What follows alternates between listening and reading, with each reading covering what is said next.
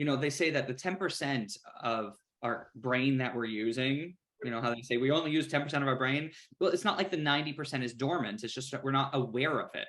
It's doing other things and it's processing in other ways. We have knowledge of parts within our larynx and mechanics and our throat and breath and how all this stuff connects. But we might not ever have an experience with these areas of ourself in the same way that we could have an experience with ourself with the parts that we can see, like our lips and our jaw and our tongue. But those parts can talk to all these parts. And so often in a lesson, I'm helping somebody with their lips or with their tongue or with their jaw or with their head neck alignment, but I'm listening for a whole world of other things. If somebody's having trouble with having a bright sound or something like that, I'm listening for how what we're doing with the tongue is communicating with the vocal folds, which are communicating with the breath.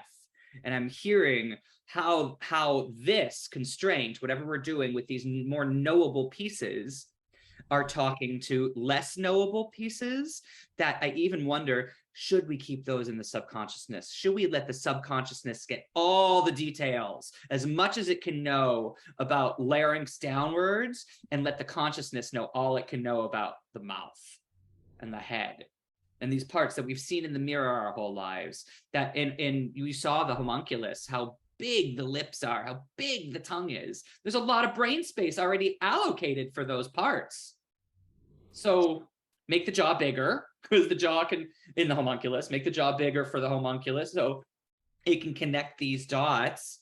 But what an interesting possibility that we can leave all this into the subconsciousness is knowing and get really clear on how this can lead the way.